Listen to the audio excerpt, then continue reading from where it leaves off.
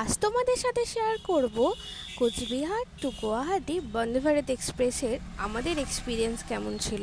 Hello friends, আমি শর্মিষ্ঠা। আমার নতুন ব্লগে তোমাদের অনেকের স্বাগত জানাই। তো নিউ কোচবিহার থেকে আমাদের ট্রেন ছিল 7:20 সকালবেলায়, তাই আমরা ভোর 6টার দিকে মোটামুটি বার হয়ে গেছি আর স্টেশনে পৌঁছে গেছি আর অপেক্ষা করছি কখন ট্রেন আসবে।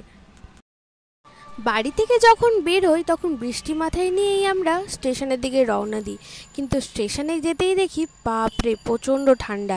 তাই সবাই দেখো ঠান্ডাতে দুই মা বাবা সবাই যেন ঠান্ডায় কাবু হয়ে গেছে। তো যথারীতি আমাদের ট্রেন চলে এসেছে, আমরা ট্রেনে ঢুকেও পড়েছি। বাবা কেমন লাগছে? কেমন লাগছে? ভারতীয় রেলওয়েতে ভ্রমণের জন্য আপনাকে ধন্যবাদ।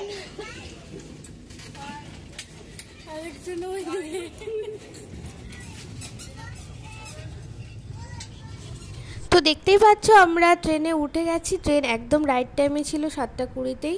আর সবথেকে প্রথমে বলে রাখি যে সিটের কমফর্টনেসের কথা, তো ট্রেনগুলো খুবই কমফর্টেবল ছিল। তারপরে প্রথমে শুরুতেই চলে আসে 1 বোতল করে জল।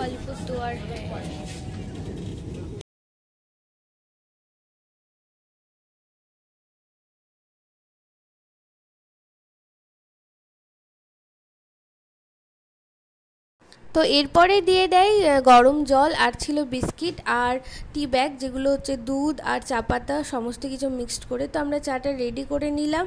আর চাটার যদি আমি টেক্সচার বলি যে অ্যাভারেজ ছিল, খুব একটা যে ভালো খেতে সেরকমও না, তবে ট্রেনে সব জিনিসই একটা ভালোই লাগে। তারপর সঙ্গে সঙ্গে আমাদেরকে দিয়ে দিয়েছিল টিফিনে কী কী ছিল তোমাদেরকে চলো দেখাই। এটা হচ্ছে একটা ম্যাঙ্গো পিকল, এটা হচ্ছে জ্যাম, মিক্সড ফ্রুট জ্যাম, এটা হচ্ছে বাটার, আর এটা হচ্ছে একটা টমেটো কেচাপ, আর এই যে ভেজিটেবল চপ। ঠিক আছে,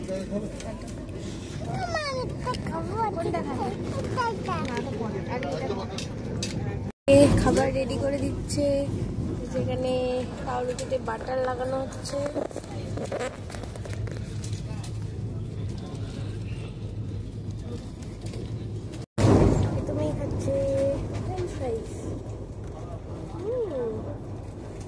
তোমাদের সময় ট্রেনে এরকম দিত?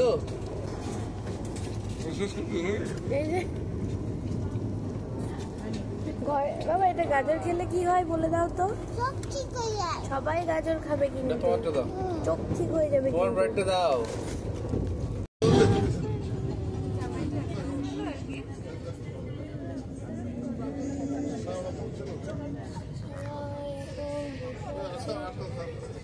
ছেলে ঘুমিয়ে গেছে, পাপার কোলে ঘুমিয়ে গেছে।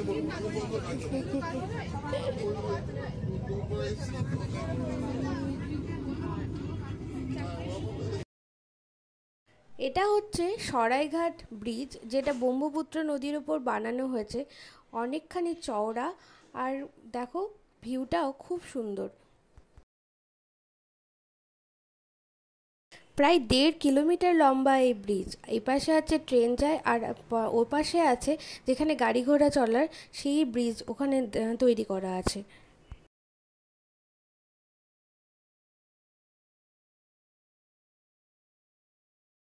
তো আমাদের কামাখ্যা স্টেশনও পেরিয়ে গেছে, এরপর ঢুকছে গুয়াহাটি স্টেশন। তো আমাদের এই যে নিউ কোচবিহার থেকে গুয়াহাটি বন্দে ভারত এক্সপ্রেসের জার্নিও আজকে শেষ। তো পুরো ব্লগটা কেমন লাগলো অবশ্যই জানিও। ভালো লাগলে চ্যানেলটা অতি অবশ্যই সাবস্ক্রাইব করে দিও।